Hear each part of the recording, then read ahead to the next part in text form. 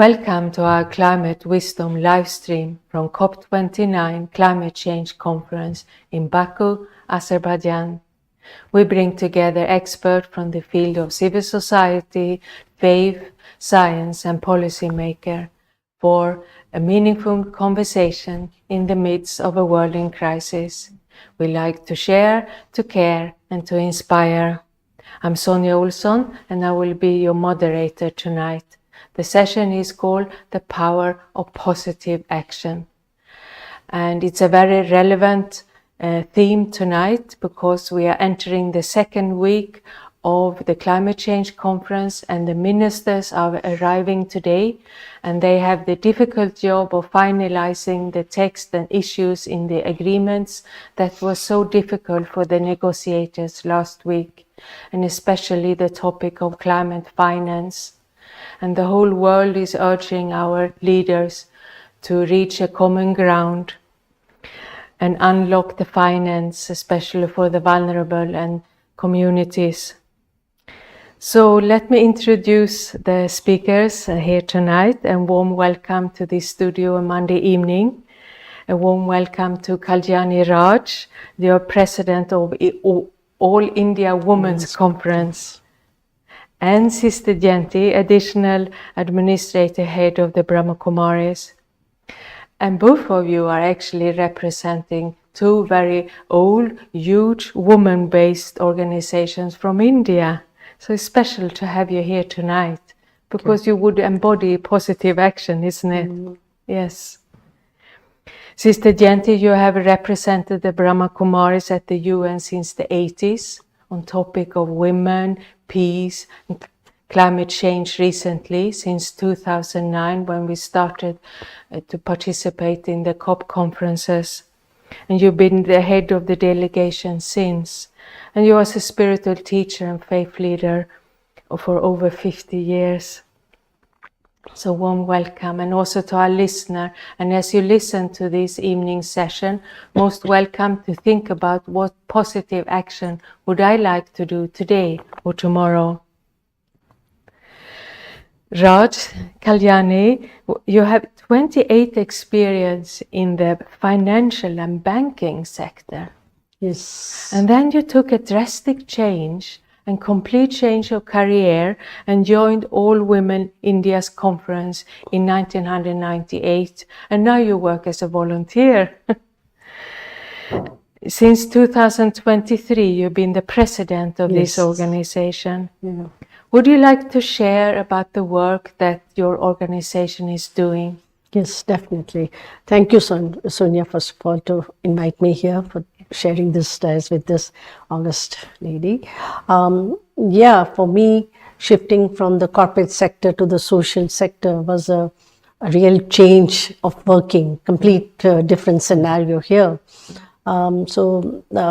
I came to know about All India Women's Conference when we had just moved from Hong Kong to India, and then I walked in there, and when I heard about the work they were doing, I was quite impressed, and so I sort of said, yes, I would like to volunteer there as well. And the first assignment I was given was to supervise a pre-primary school which the organization was running in the leprosy colony in Delhi. So I started working there, and that was an eye-opener for me of the ground reality. And I just got involved with the organization slowly. I was handling different departments, and today, as you said, that I took over last year as president. So the All India Women's Conference is one of the pioneer women's organization in India. It was started in 1927, so we are going to have centenary celebration soon. So initially the organization was started for propagating the education for women, because in that around 1927 and 30s, the access to education for women was still quite restricted. So that was the whole idea. Margaret Cousin, an Irish lady, started this organization. Over the years, we have sort of enhanced our area of work, scope of work, and we have gone beyond education to sort of skill development, capacity building, for the or sort of a holistic socio-economic empowerment of women. Climate change, environment is basically very connected to women. Women connect to environment so passionately. So the climate change and environment is also one of the sort of a cross-cutting issue for us when we are creating awareness on various issues, because we are looking at all the issues which impede empowerment, and we try to address all those, and environment and climate change is one of them. So we work on that also, creating awareness, even developing sort of supporting micro-led, sort of women-led micro solutions for climate change mitigation and adaptation. We are working on energy conservation, water conservation. So our branches, most of these programs are implemented by our branches. We have branches across India, nearly more than 400 branches across India, and nearly more than 80,000 members as volunteers working for the organization. That's our biggest strength. Impressive. Thank you for sharing. I wasn't aware that it was so big in India, actually. Yeah. Yes. Talking about women's empowerment, I know, Sister Jayanti, that women's empowerment is a topic very close to your heart. And last week here in the Wisdom Studio, we had a session on gender equality and climate change. But how can we empower the women of today? But also, how can we empower our sisters in the Brahma Kumaris to face future climate-related disasters? And do you advise them to get engaged in the environment work, or what is your advice? When we started in 1937, the founder had a vision of a better world. And within that better world, of course, he began to think about justice and equality, in particular gender equality at that time, because the region that he was in, Sindh, which today is in Pakistan, it was very clear that women had only second-class citizenship. It definitely wasn't equality. Yes. And even today in that region, it is still probably the same. And what he understood was that it was spiritual empowerment of men and women, not just women, but it would be spiritual empowerment that would bring about equality and a better world for all. And so he started first a school and then a gathering, and it was a movement that focused on spiritual education. I remember when I was 17 and applying for university and so on, the dean of a medical school told me that there were only 20% of the places in medical school for women. Now, this was in the 60s. It wasn't in the dark ages. Yeah. This was in the 60s. And I was quite shocked. And I think I probably would have become a very aggressive feminist. But thankfully, I came across the Brahma Kumaris and started studying spiritual teachings. And I realized that if I'm limited by my consciousness of the body, then there'll always be boundaries that I set myself. I can't do this. I'm not old enough. I'm too old. Or I'm a woman. How can I do this? What will society say? There'll be all of these issues that come up. But I was very happy to come to the experience of the inner being, the spirit, and how when I'm aware of that inner identity, literally it feels as if a button's being pressed and the light is able to shine. And in that awareness, then there are no boundaries. I am that inner being, the soul, and I can achieve whatever it is I choose to achieve. So I think that part of the whole work of the Brahma Kumaris over the decades has been to make people aware that they're spiritual beings, men or women. Beyond that, I am spirit, I am a soul. And I see that when women have this awakening that happens within them, literally their lives begin to change. They begin to understand what it is they need to do for themselves, how it is they can better help their family. spiritual power is not power over anyone else. Spiritual power is the inner sense of realization that I have to do what I feel is right. And so it awakens the conscience, it empowers the conscience so that nobody can stop me from doing what I know to be right, and nobody can pressurize me into doing something that is wrong. And so that is then real freedom, real empowerment. And understanding these secrets of spirituality changed my life totally within a very short space of time. So I know that even at this moment, in terms of women's empowerment in particular, our work has been for everybody, but women have benefited hugely from this. And in terms of climate change, I think people have enough statistics to know that it's the women who carry the burden, who suffer the greatest in trying to help their families and support their families. And so when there's resilience within a woman through spiritual empowerment, she's able to overcome the challenges that face not only her, but also her family, and help them move forward too. We work a lot in rural areas in India especially, and what we found there is that women, of course, are really the ones who are managing the whole household.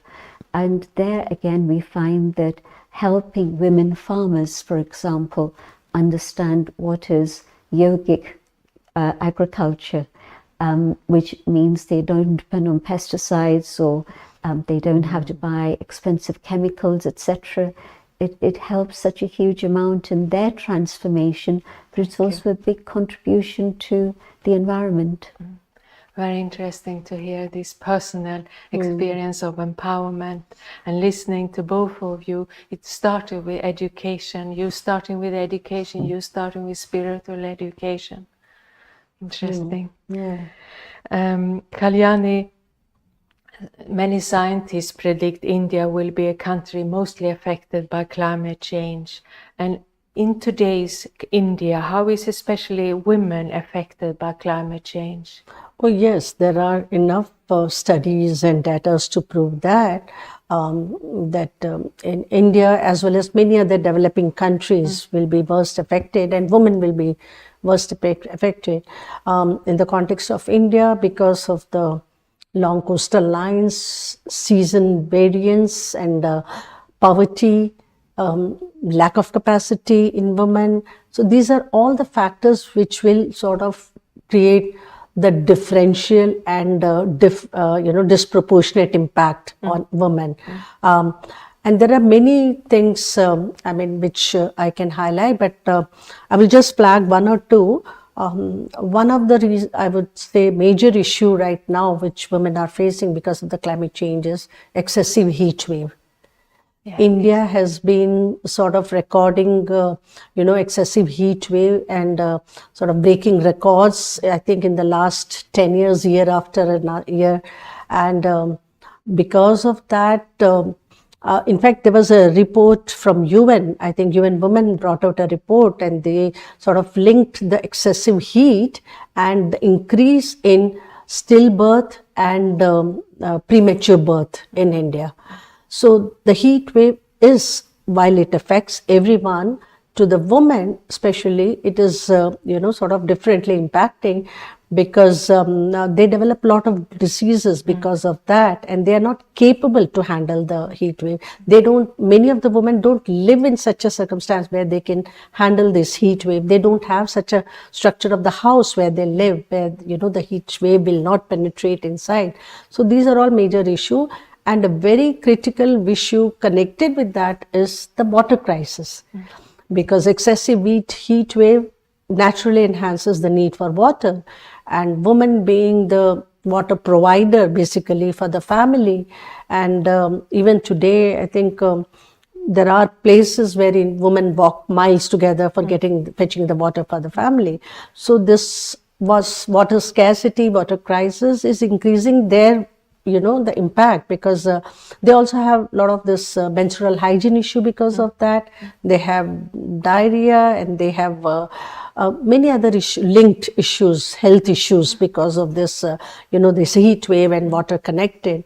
And another issue I would say, which I would like to flag, is the additional burden on women because of this climate change and sort of climate migration by men within India.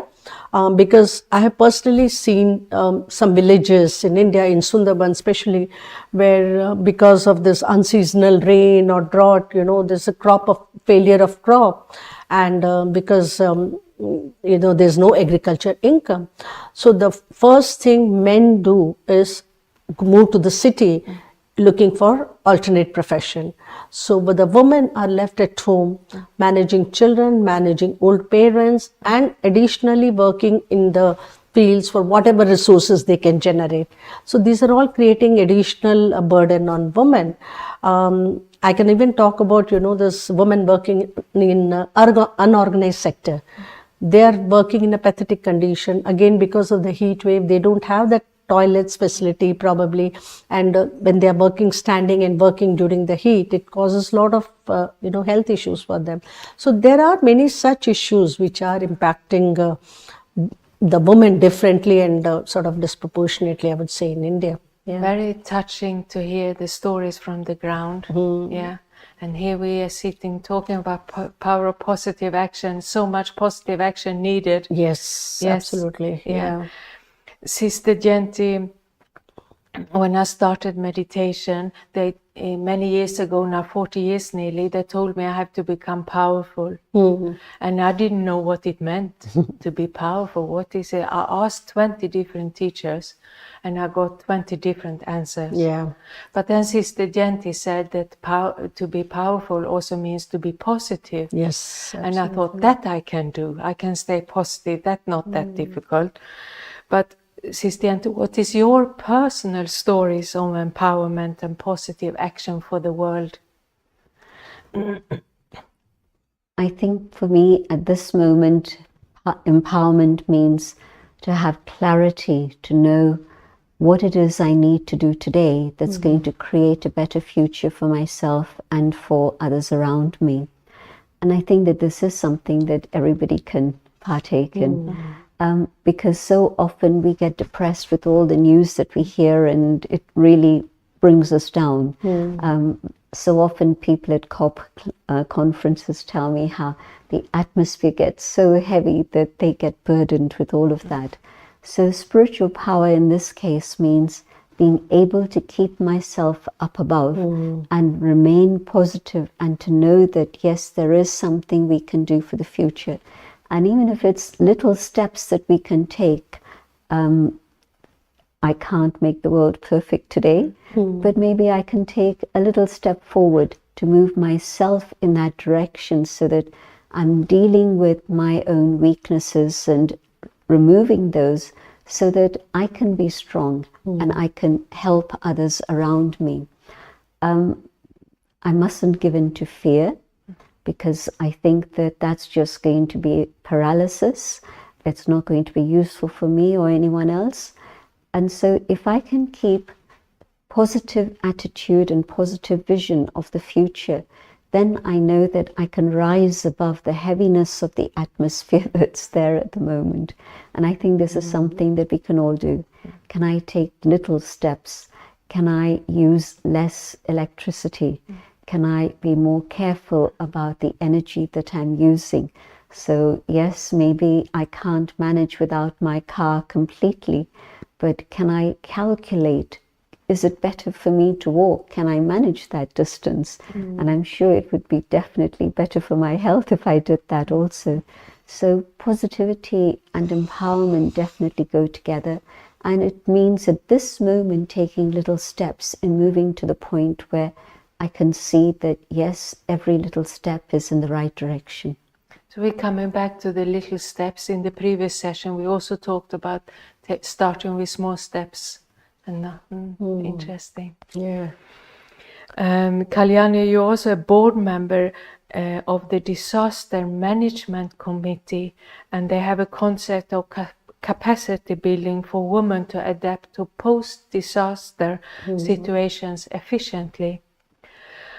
What do we need to do to adapt to disasters efficiently? Can you share some personal experience about disaster work you do? See, I didn't have any personal experience as such, but then during the course of my work, I realized that most of the time when we talk about women, we talk about them as vulnerable, or we talk about some schemes, we talk about them as women as beneficiaries. But we are not looking at the women as first responders or actors. I realized that is most important, number one, because post tsunami, I had visited the villages in South India, and some of the women who we spoke to, and we realized, how they came out of the situation, such challenging situation, and in a very, in a very brave way, So, in fact, we had gone to those places with the collector, local collector. And so this woman, we asked them that, what would you need? Would you need some clothes, because everything was washed away and all that? They said, no, we don't need the clothes. In fact, the clothes have been piled up there, donation clothes, and they don't need that. What they wanted was stove. So, we bought them stove. So, the need, what women need to take care of the family is very essential to realize. Another thing I realized was during this disaster, when I was member in charge of disaster, with this National Institute of Disaster Management Institute of India, we conducted a training for nearly 25 women from across India, and we gave them all sort of training related to the post-disaster managing situation, which included even post and prenatal care, even delivery of a child, childbirth, and hygiene part, menstrual hygiene part, also gender-based violence, because that's another thing which a lot of women and girls face in disaster shelter centers. So these were the trainings, these were the aspects which were included in that training. And we realized also one movie we made for AIWC, a short documentary. And when the shoot was on, one young girl, just came forward and said that I would like to be included in that movie. So we said, why? So she said, I want to tell them that why we are not given swimming lesson like my brother or like, other boys. We need to, because she had some personal experience. She faced a situation in flood when, she had to literally sort of carry some family members, and she lost some family members. So this was a personal experience. So she came and said, why we are not being given that training. So that's one thing we realized, that disasters or climate-induced disasters or natural disasters are bound to happen. We are not having control. The thing we have control on is preparedness. So that's the thing we are looking at. We did conduct a lot of, disaster preparedness training with the support of NDRF battalion, and even otherwise we do conduct regularly among our branches to how to manage in the thing, how to sort of, because mothers are always worried about how to, create the food for the family next day. And in fact, I must share an interesting thing. We did a workshop in Bombay on the thing, and then one of the IIT professor who came, he said that they went to sort of do a survey in a village which was drought affected. So he went around and he heard the same story from all household, that no food to eat, no food to eat. But when he went to one house, there was an old lady sitting on a mud sort of a bench. We call chabutra in Hindi. So she was sitting there and she invited them for lunch. So he said, how come the whole village is out of food, and how are you there? Where do you store your grain? She said, right below where you are sitting. So, the traditional knowledge of women is saving the grains for, calamity. So those are the things we have to sort of look at, and look at them as main responders and actors. Train them. Thank you. Interesting. You want to add anything on climate resilience and disaster? When we've been asked to step into disasters, or even without being asked, just to respond, we found that on one level it's all the physical sustenance that's needed, but on another level it's actually psychological help that's Yeah. needed, emotional and spiritual help. And so we found that if we were there to do what we know how to do best, because I'm thinking about the earthquake in Bhuj. I was very much involved in part of that. And so we found that the immediate food, medical supplies, all of that arrived, but within a day, 2 days, people were trying to deal with the trauma that they'd been through. And so spiritual help given at that time was extremely valuable. And so I think that people don't always appreciate that there's a non-physical dimension of help that's needed. Yeah. Thanks for sharing stories from the ground. Very good. Shall we have a meditation now? We can send good wishes to people who are affected by climate disaster, and we can end our beautiful conversation this way. Sure. Yeah. Yeah. Yeah. Sister Jayanti, you like to guide? Thank you. Going inside and coming to the awareness of the inner being, the light that shines in the center of the forehead. I realize that when I say I am the being of light. And in this awareness, I can feel my own inner strength emerging. I'd forgotten about this, and I'd become so dependent on external factors and things out there. And the reality is that within I, the soul, the being of light, I have all the spiritual power that I need to be able to have resilience, to have clarity, to build my capacity, and to know what is the best that I can do in any situation.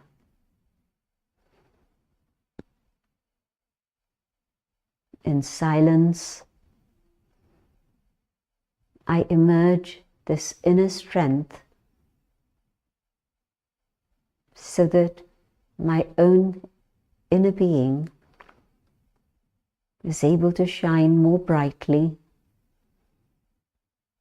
and is able to show me the way ahead. But also, the light that I am can also ignite the light in others. And so from one lamp to another, we can create a whole rosary of lamps together and shine so that the light reaches out and touches those in distress. And the light is able to restore equanimity and clarity in all of us.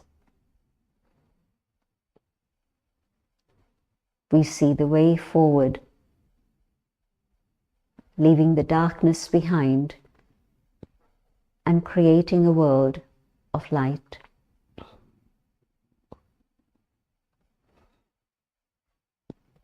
Om Shanti. So thank you to both of you for a beautiful conversation about women's empowerment and sharing stories from the ground. And warm welcome. And I wish you both a good week here, next second week of COP. And thanks to our global audience, and thanks to our patrons and supporters and volunteers in this studio, making the climate wisdom a reality. And please do join us tomorrow evening for another session. And you can find more details on our webpage, echo.brahmakumaris.org. And on our website, we also have a a poster called 10 Ways to Change the World, which has 10 small steps each of you can take every day to create small or big impact. So thank you and good evening from Baku and Climate Change Conference. And now we play a video from All India Women's Conference where you can see more about their work. Good evening.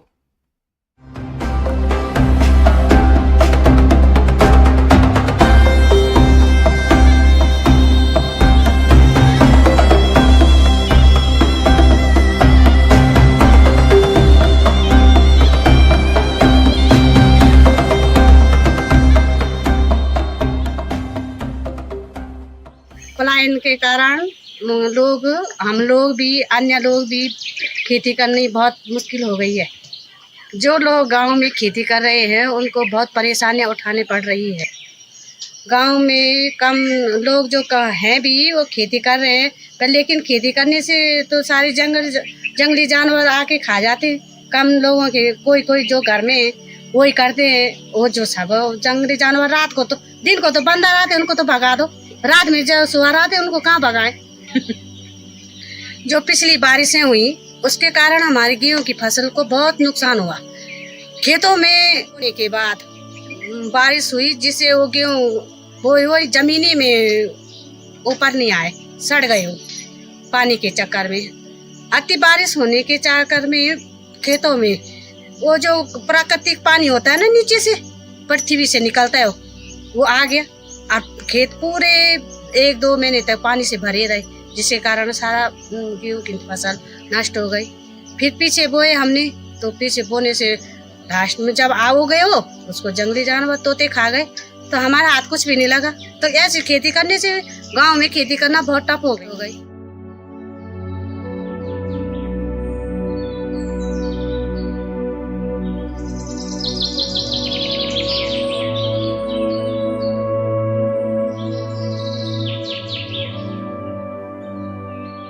This valley of Dehradun, nestling in the foothills of the Garhwal Himalayas, earlier known as the sleepy town of grey hair and green bushes, is now slowly turning into a concrete jungle of a smart city. Environmental degradation and climate change has affected us very badly. Earlier, we had comparatively moderate summers and winters. Of course, the monsoon was very heavy. But now, we have sudden storms. Our crops are getting damaged. Our fruit trees are getting damaged. The world-famed lychee of Dehradun just seems to be dropping off half-ripe with the hailstorms that seems to be coming because of all the climate change. Dehradun basmati rice is just not growing anywhere. We have lost our crops. We have lost our heritage.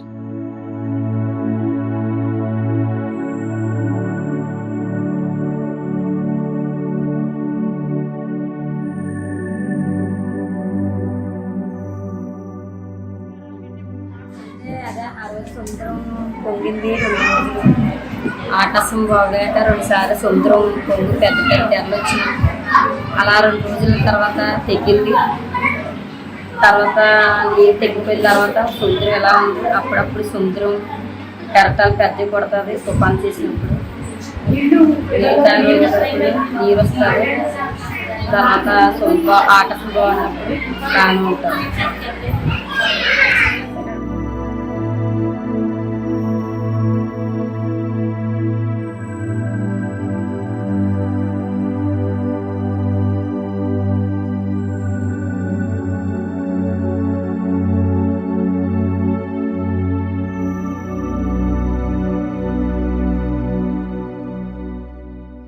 To speak about climate change and its effect, then I have to speak about those peoples who are the least represented, the slum dwellers. So the first basic thing that came from their experiences on climate change and how their life has been changing from the last few years was definitely the waterlogging because of the untimely rains, because of the climate extremes. And this waterlogging which stays logged in their area for a longer time definitely triggers a lot of diseases like dengue, diarrhea, and also they remain vulnerable to that. And adding on to it is the high rising temperature possibly we all are facing the same issue, but for them it's a bit more because they are basically the daily wage laborers. They are the ones who are working in construction sites, are working in the open. So working in such a high temperature and humid temperature in Kolkata, it's become more and more difficult for them to work.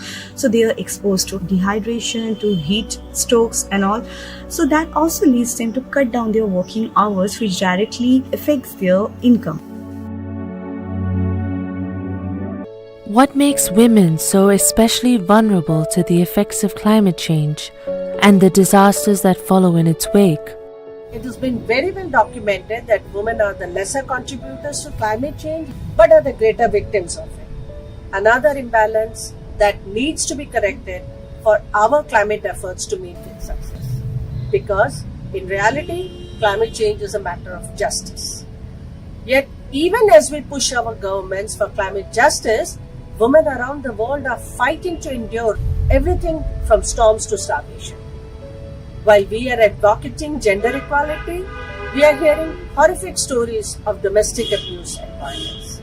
How can we achieve any global effort when half the world's population is struggling to overcome gendered obstacles just to reach equal footing with her fellow men?